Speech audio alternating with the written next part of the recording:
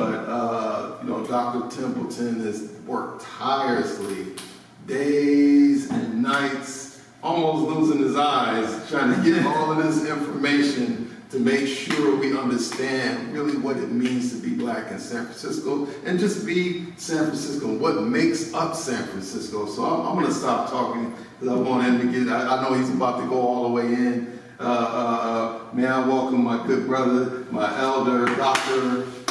Johnson. I'm so glad. In fact, we waited. Right. We waited for James to get here. I said, we can't start till James get here. And I'm so glad that we did, because probably without even realizing it, he really framed our discussion for tonight about black art, labor, and politics. So we're seeing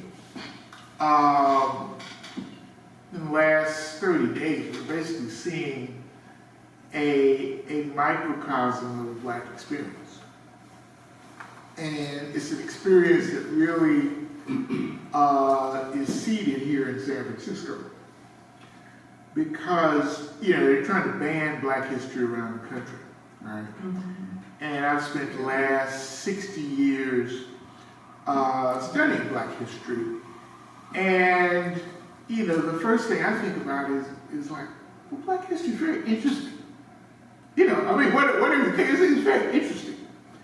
And the most interesting thing about it is,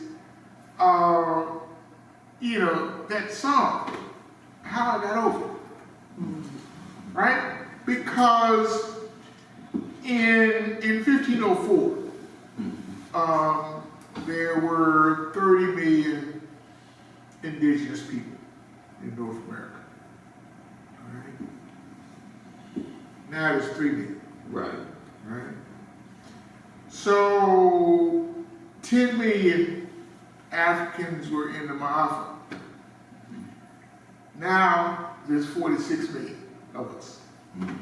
So what we went through should have killed us. Should have exterminated us, like the buffalo and the whale and everything else. So the real question of black history is not blaming anybody for anything, but the real question is, how did we make it? Because we didn't have any armies, we didn't have any navies, we didn't have access to finance, we didn't control the means of communication.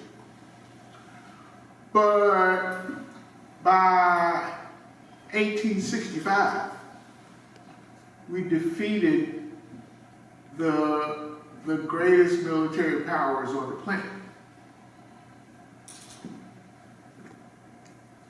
And when you think about it, we're seeing how it happened just in the last week. Yeah. Those 4 days in Chicago. And so what black art represents is the fact that our culture and our influence dynamics are superior to military force, to pressure, to starvation, to every form of inhumanity you can think of. But our art, our music, our dance beats it all. Straight up. Yeah. Okay, everything was on that side, and all we had was art.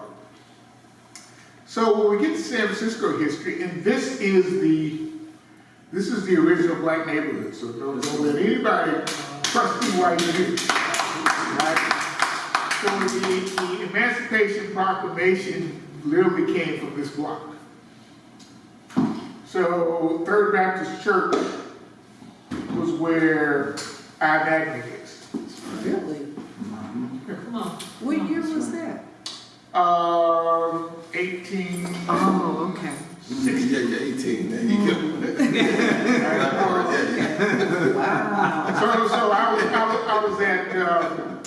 I was at Bethel and First AME Zion the last 2 Sundays. So both of those churches were started in 1852, and then the Third Baptist about a month ago, and it was also founded in 1852. So there's only one other city in the country that has 3 black churches that old, that are 172 years old. And then we also have 2 Prince Hall lodges that were founded in 1852. So those are the institutions that ended slavery, right? And so Union Square is named what it is because there was First Unitarian Universalist Church where Neiman Marcus is. And Lincoln sent out a man named Thomas Starr King to be the pastor in order to keep California in the Union. And he would get in the square and preach hellfire and damnation about what would happen if slavery didn't end. So, and he would preach at Third Baptist, at Bethel, and at First AME Zion, and he was amazing. So he would also visit the black lodges. And so, and remember, there's no microphones or anything like that. So this little 5'2" guy in the middle of that square preaching loud enough for hundreds of people to hear. So then in December 1861 and January 1862, it rains for 40 days and 40 nights. Without ceasing. And it literally washed out the whole old country. And at the end of that process, Leland Stanford gets elected as the first pro-union governor of California. Then Lincoln responds by doing the Pacific Railroads Act to do the Transcontinental Railroad, and as part of that package, he promises to do the Emancipation Proclamation. So that's how slavery ended from this community right here. Wow. So so this is the 10th anniversary of the California African American Freedom Trail, and you see my book back there. Our Roots Run Deep, the 4 volumes of it. We started out by tracking the Underground Railroad in California and 1,000 operatives that were here. So after they ended slavery, Mary Ellen Pleasant sent the $30,000 to Chatham, Ontario to pay for John Brown's rate on Harper's Ferry. All right, so that came from this neighborhood, right? I noticed something interesting. The churches and lodges didn't just fight slavery. They also started the first schools. And they also were patrons of the arts. So every black kid in San Francisco in the 1850s played 2 instruments and spoke 2 languages. And they were taught in the basement of Bethel, A&E. And so the children of the abolitionists that I tracked through the latter part of the 19th century go into the arts. So San Francisco is the birthplace of jazz. And it started here by the leading music teacher, A.C. Taylor, with a concert he did in 1869 that was sponsored by all of the leading abolitionists. And so the young people that he trained became the leading musicians in San Francisco. And so black folks dominated entertainment and theater in San Francisco for the last half of the 19th century. And so, so downtown was filled with entertainment establishments that were run by African Americans. And so I talked about that in my book, Cakewalk, that, Right. that he got. And so,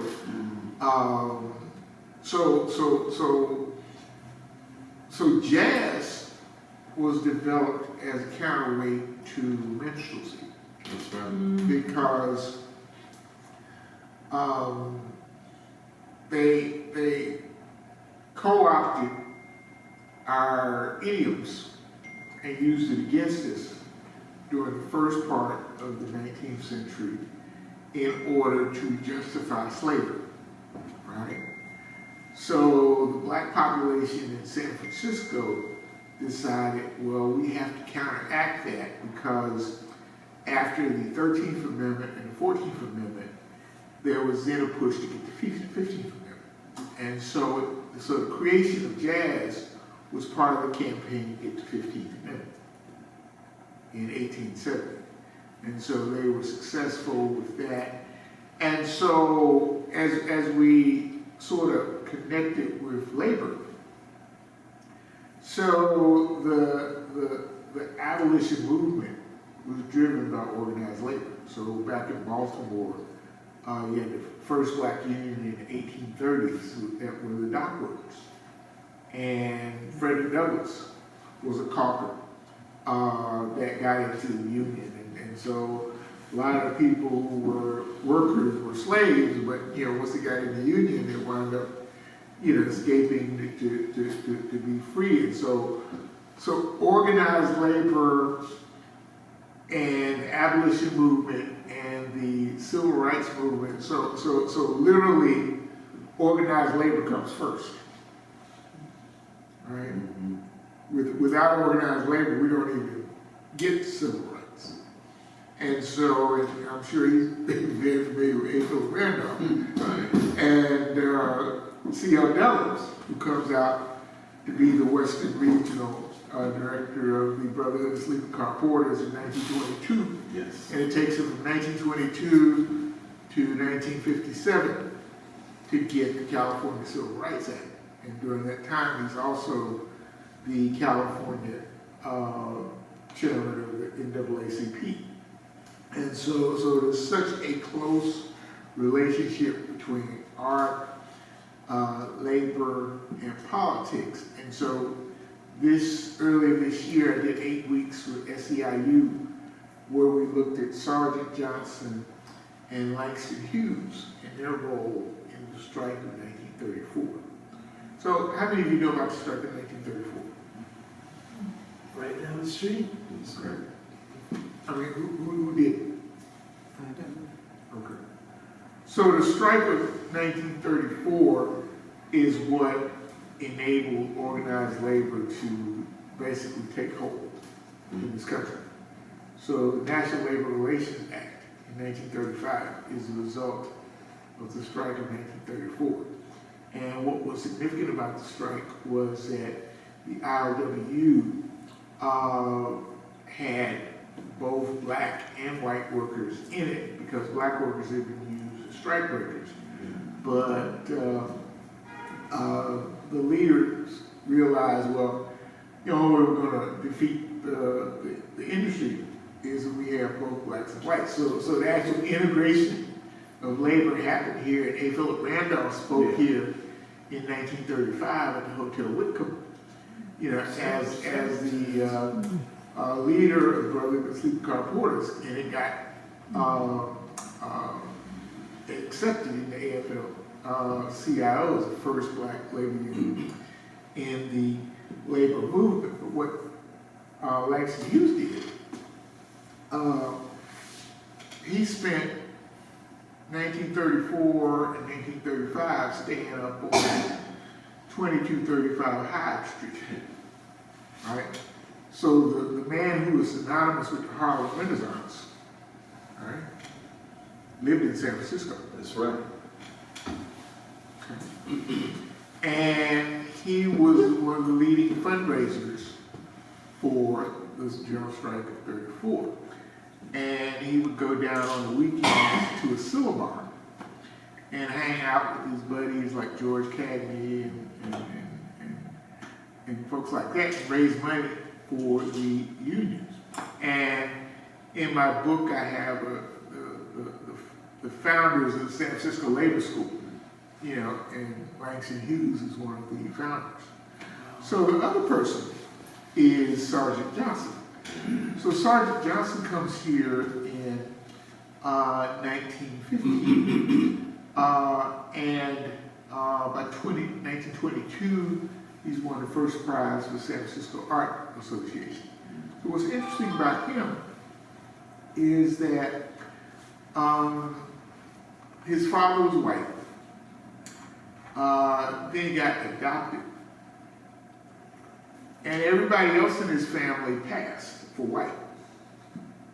But he came out here and specifically chose to be black, right? And created his career creating the images of black people so that black people would recognize their own beauty when he didn't have to, right? And so in the 1930s, he does the sculpture that's on the front of what was the Aquatic Bathhouse, and now it's the National Maritime Museum. And he depicts the strike of 34, including the strikers being killed by the police and everything. In the artwork, this is a federally financed project, right? And he does this. And so we have the crystallization of the movement in him and a number of other artists during that period that we have in artwork. So there's another piece of artwork specifically about the strike of 34 over at Mission and Stewart Street. So we took him on tour during the 8 weeks of all of the various pieces of art that really showed the labor struggle. And so where this all kind of ties in with some of the things that James reflected on. Al Williams is here, he's president of the San Francisco African American Historical and Cultural Society. And they actually have an exhibit of Sergeant Johnson's work at their library and gallery at 762 Fulton Street through the end of the month, which is 2 days from now, right? And they're the largest holder of his original works. So about 7 or 8 years ago, we started working with the port to create a Sergeant Johnson museum because he has the largest pieces of art in the city, but nobody knows about it. So we're beginning to nail down the sites that we've selected. Malik and Karen are going to be our co-curators for it, and the project that we're anticipating will be the largest black cultural institution on the West Coast, 120,000 square feet. And so the other thing that's happening during this month is the Journal of Black Innovation National Black Business Month. I'm the founder of it.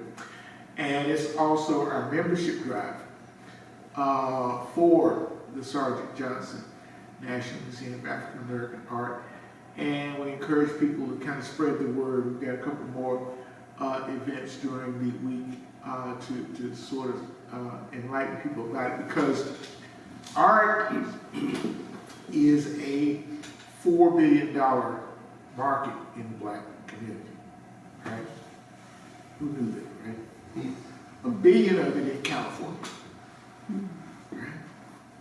We don't have a place to show. 98% of the collections that black collectors have is in storage, right? So this facility will have three galleries of at least 20,000 square feet, And we're also going to be doing art and health and education through art through it. So it's a pretty exciting process, and we wanted to come and recognize the step that Karen and Malik have already made by coming into Union Square. And just, you know, you just think about how good you feel now here. now magnify that like sixfold. That's right. Then you really think how good you'll feel. But what we've done through our discussion of history all this month is we have visited sites that are Black design, Black finance, Black built, Black operated. Like Tuskegee Institute, 100 buildings, every brick